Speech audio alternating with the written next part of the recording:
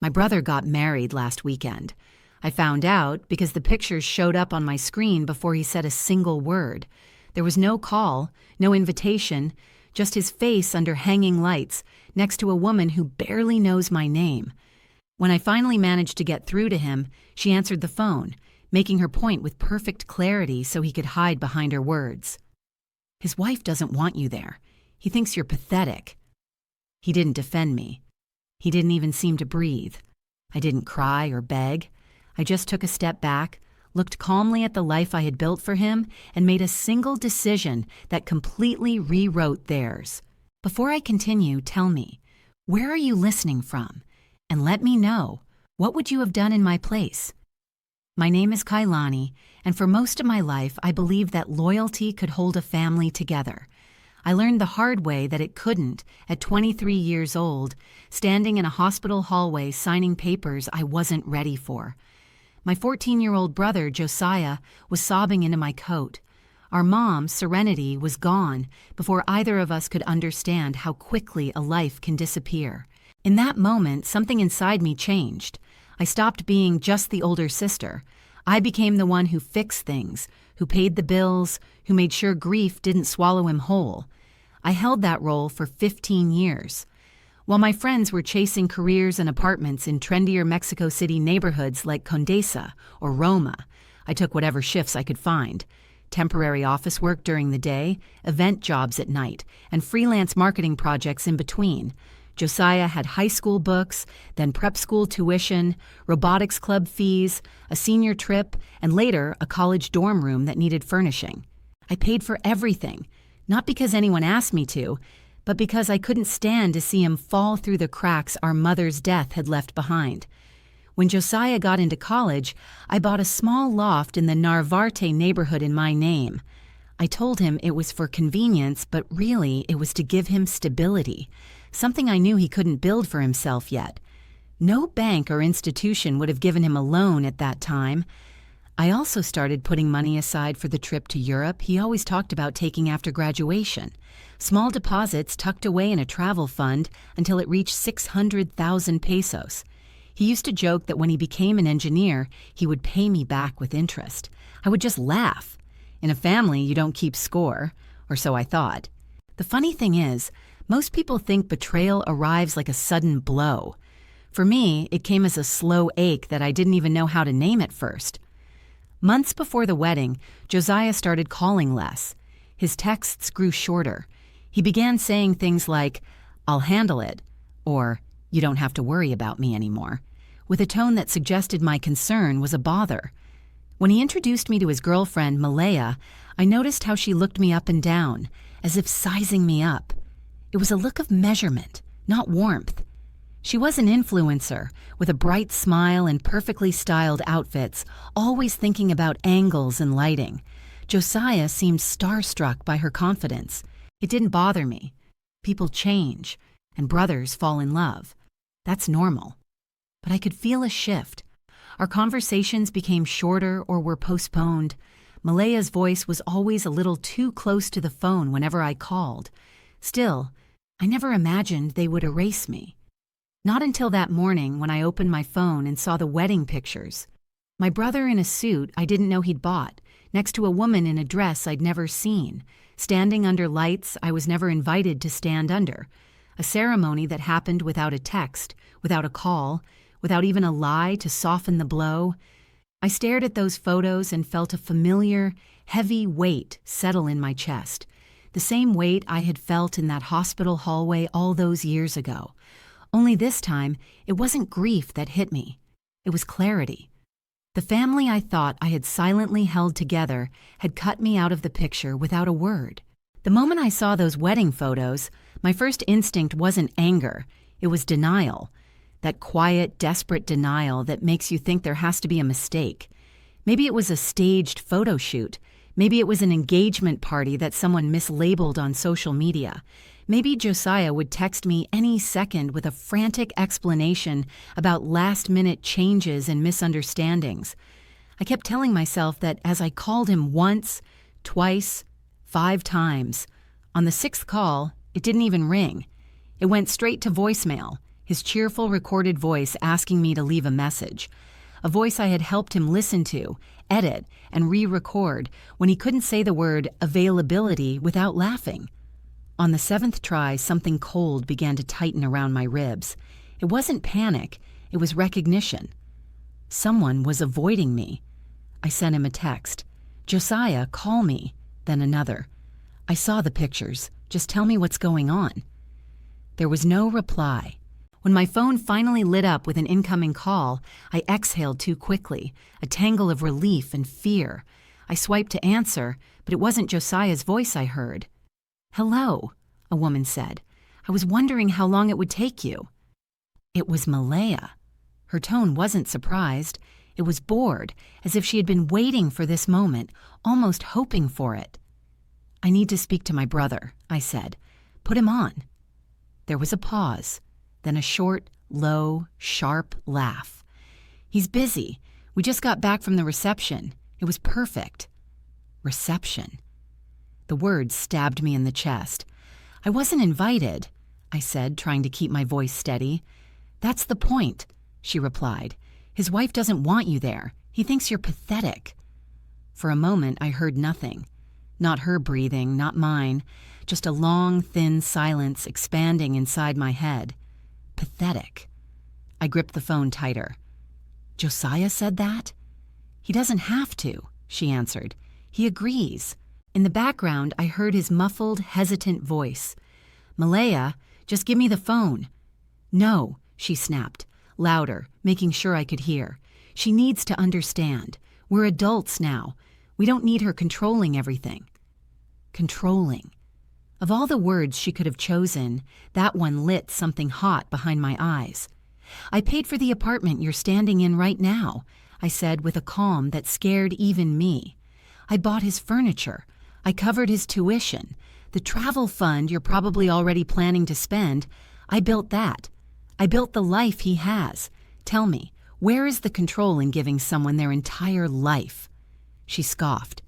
"Exactly. You use money to keep him tied down. It's embarrassing. But don't worry, we're going to pay for everything ourselves. We won't live in your shadow." "Put Josiah on," I repeated. Finally, his trembling voice came through. "Kaylani, it's just—" "We didn't want any drama." "Drama," I repeated. "From me? You make everything so heavy," he whispered. "Malaya is right. I need space. We need space. And you hovering over us doesn't help." I closed my eyes. 15 years of sacrifices flashed behind my eyelids like slides from a projector. Night shifts, tuition payments, meals I skipped so he wouldn't have to. All of it was dismissed in seconds. Malaya's triumphant voice came back on the line. "See, you heard him. Accept it and move on with your life." The call ended. I stood there, phone in hand, feeling a slow burn rise from my stomach to my throat. Shame, betrayal, sadness, all mixed into something sharper.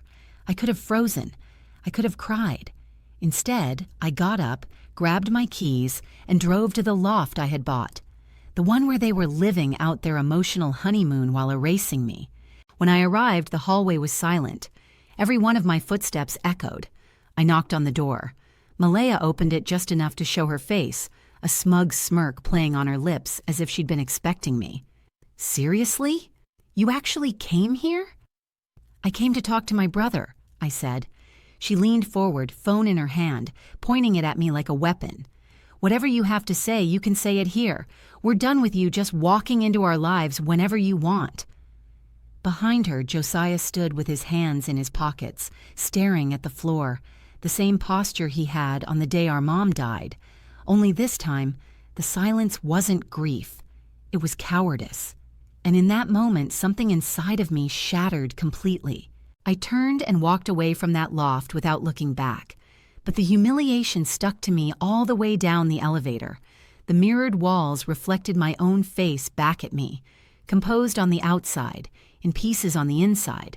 My mascara hadn't run. My hair was still tied back exactly as I had fixed it that morning, and somehow that made it worse. I looked like a woman in control. I didn't feel like one. By the time the elevator reached the ground floor, a numbness had set in. Not the kind that softens pain, but the kind that freezes it in place, preserving it long enough to transform into something else, something sharper. Outside, the afternoon air was warm, carrying the distant murmur of traffic and faint music from a rooftop bar. I stood by my car for a long moment, breathing slowly until my pulse steadied. I wasn't crying, my hands weren't shaking, I wasn't falling apart, but something inside me had collapsed. A structure I had been holding up for 15 years without anyone noticing, and when it fell, it left a clean, quiet space. A space where I could finally think.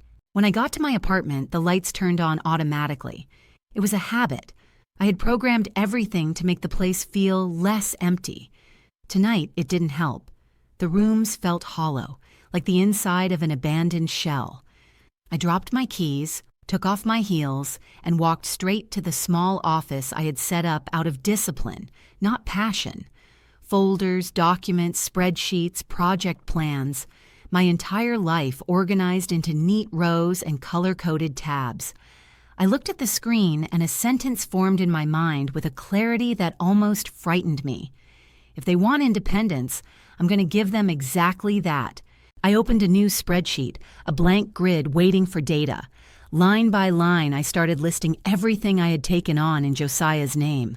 The purchase price of the loft, the mortgage balance, the monthly payment, utilities, electricity, water, internet, the maintenance fee, insurance, streaming platforms, the family pass for the transportation app, the family phone plan, the additional credit card he used for emergencies that had somehow become for daily use, the travel fund, 600,000 pesos saved, 1 peso at a time, the airline reservation, 2 first-class tickets to Europe for several months from now, the trip I once thought he deserved. I didn't write any comments or labels like sacrifice or gift, just the cold, neutral facts. When I had the full picture in front of me, a strange calm spread through my body. I had built a safety net so wide and so strong that he had mistaken it for the floor beneath his own feet, and now he resented me for it. The irony made me laugh, a short, humorless sound that barely filled the room. I picked up the phone and looked for a contact I almost never used, except for legal questions about contracts. Indigo. Indigo wasn't a close friend, but she respected facts just like I did. She didn't care about family drama or emotional history. She cared about documents and ownership. She answered, half asleep. "Kaylani, is everything okay?" "No," I said, "but it's going to be. I need to know something." I read her the list. Every asset, every account, every monthly payment. "Do I have the right to undo all of this?" I asked. Every peso, every property, every reservation, without leaving him anything. I heard her shuffling papers on the other end. Then her voice changed, becoming more alert. "Kaylani, for everything you just mentioned, you are listed as the sole owner on the deeds or as the primary account holder. Someone being a beneficiary doesn't give them rights, loans, services, assets. Legally, you can cut every single financial tie without asking his permission." The calm in my chest hardened into something solid. "Perfect," I said. "Does this have to do with the wedding?" she asked quietly. "I wasn't invited," I replied, "and apparently I'm pathetic." Indigo let out a low whistle. "Well then, let's put down on paper just how pathetic you are. I'll send you some forms." When we hung up, my inbox started to fill. Forms, steps, instructions. I printed everything and stacked it all neatly. Then I leaned back in my chair. The collapse wasn't the end of a structure. It was the clearing of the land. And I finally knew what I was going to build in that space. The morning arrived without asking for permission. I hadn't slept. I just alternated between planning and a kind of crystal clear calm. The sun filtered through the blinds in thin lines, tracing patterns over the documents I had arranged on my desk. Forms, bank statements, instructions, a silent arsenal. At 9:01 a.m., I made the first call, the airline's customer service line. "How can I help you?" "My name is Kaylani," I said. "I need to cancel a reservation." I read out the confirmation number from the printed sheet. 2 first-class tickets to Europe, months away, purchased with the naive hope that my brother would finally take the trip he'd been dreaming of since he was 16. "Reason for cancellation?" the agent asked. "Change of plans," I replied. I didn't explain that the woman who called me pathetic was planning to use those tickets for her honeymoon, that she had stood in the loft I bought, surrounded by appliances and furniture I had picked out, and still told me with complete confidence that they didn't need me anymore. The agent typed into their system, "You're eligible for a refund of about 60% and an account credit for the rest. Should I proceed?" "Yes," I said. "Proceed." I hung up and watched my email update. A refund confirmation appeared. Honeymoon canceled. The first domino fell silently without guilt, just with the inevitable tap of something that had to happen. Next up was the Education and Travel Fund. I logged into the investment platform, went through the 2-step verification, and stared at the balance. 600,000 pesos. I remembered every deposit. 1,000 pesos 1 month, 10,000 the next. A surprise tax refund, 1 April. Money I had set aside so Josiah could see Paris, touch the stone walls of Florence, and walk through a world he only knew from videos. I clicked Withdraw All. A warning popped up. Penalties, taxes, early withdrawal fees. I confirmed anyway. My phone vibrated immediately. A message from the brokerage firm. "Transfer initiated. Funds will be reflected in your account within a maximum of 5 business days." The second domino fell. I closed the browser and picked up the mortgage folder. The loft was next. I dialed the number for Xavier, the real estate agent who had helped me buy it 4 years ago. Xavier was fast, efficient, and brutally honest. Exactly what I needed. "Kaylani," he answered. "Long time no talk. What can I do for you?" "I need to sell the loft," I said.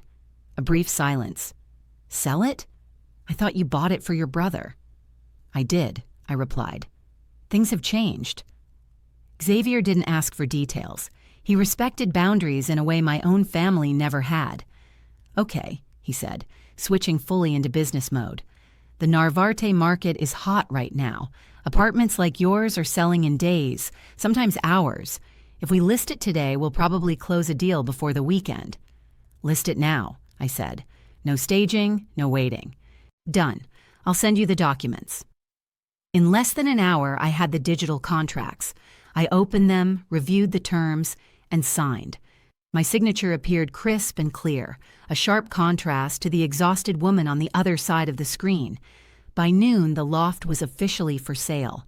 I leaned back in my chair, feeling a small tremor of satisfaction. If Malaya wanted independence, she was about to get the real version. The first call from the building manager came that same afternoon. "Ms. Kaylani, good afternoon.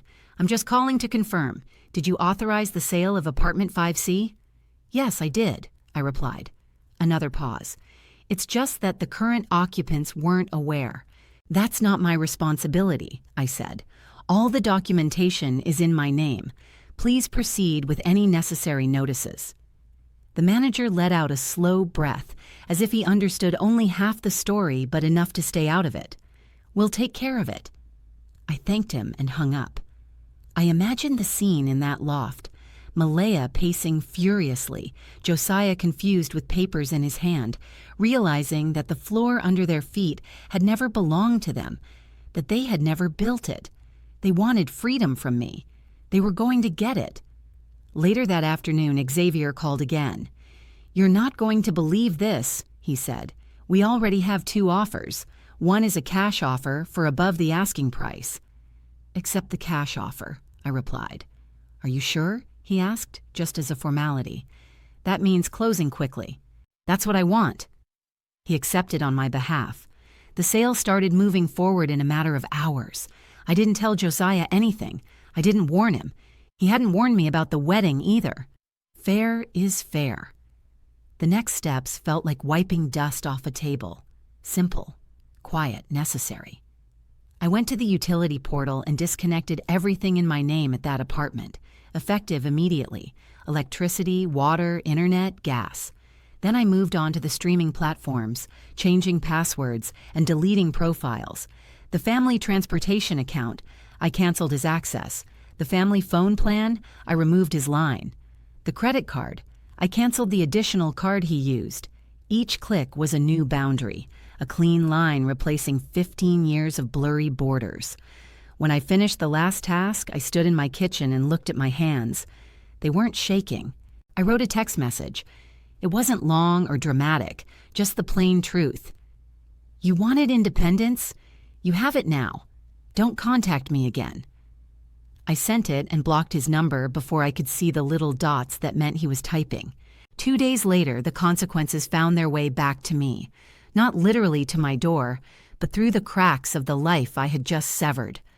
The building manager left a voicemail saying Malaya had shown up at his office, furious, waving her phone and demanding explanations. He said she kept insisting there had to be a mistake. Josiah tried calling me several times. His calls never came through.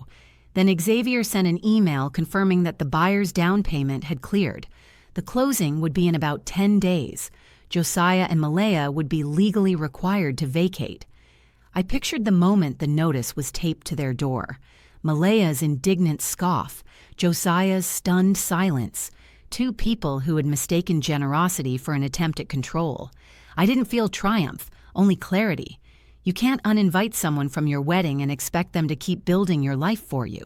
The following week, Xavier sent the final update. Closing complete. Funds have been transferred. I stared at the number on the screen, an amount that represented not just money, but closure. The loft was no longer ours. The honeymoon was no longer happening. The financial cord had been cut. And for the first time since I saw those pictures, I felt something in my chest loosen. Not relief, not yet, but something quieter, like the first gulp of air after being underwater for too long. 2 weeks later, Xavier called again. "You're not going to believe this," he said. "What happened now? Your brother came to the agency. He wanted to know what happened, why you sold the place, why everything was cut off." I waited for the punchline. In the end, all he managed to say was, "She went too far." I let out a soft laugh. "I went too far?" I repeated. Xavier hesitated. "Are you okay, Kaylani?" I thought about it for a moment. "Yes," I said, "and for the first time it's true. But the real climax didn't come with a phone call or a sale or a refund. It came with the silence. Days passed, then weeks, with no messages, no attempts to contact me through mutual friends, no apologies, just the echo of a relationship that had depended entirely on my effort. And finally, the understanding settled in. I hadn't been the one to cut him off first. He had already left. I had just closed the door behind him. 4 months went by without a single word between us. My life didn't fall apart as he probably imagined it would. It became quieter, sharper, more solid. I got a promotion at work. I moved into a smaller place that, for the first time, felt truly my own. And I booked a solo trip to the Huasteca Potosina, just because I could. Silence, I discovered, could also be a form of freedom. One afternoon, an unknown number appeared on my screen. I almost let it ring until it stopped, but something made me answer. "Kaylani?" Josiah's voice was in pieces, thin, broken, nothing like the man who told me he needed space. He explained everything in a rush, how Malaya had burned through his savings, chasing brand collaborations that never happened, how the canceled honeymoon had publicly humiliated her, how losing the loft forced them to jump from one temporary rental to another. And then, the final blow. She had left him for someone with more opportunities, taking half the debt they had accumulated together with her. "I have nowhere to go," he whispered. "Can I stay with you just until I get back on my feet?" I didn't raise my voice. I didn't give him a lecture. I just took one deep breath. "No," I said. "You wanted independence. Live it." I hung up and blocked that number too. I felt no triumph as I set the phone down on the table, only stability. like a door that finally fits perfectly in its frame after years of being misaligned. My world is smaller now, but it's clean. I wake up without that quiet fear of wondering who will need saving today. I go for walks on the weekends, I cook for one, and I fill my home with things I actually chose for myself. Cutting my brother off wasn't revenge, it was survival. If you've ever had to draw a hard line with your family, you're not alone. Tell me where you're listening from and what you would have done in my place. And if this story stuck with you, subscribe so you don't miss the next one.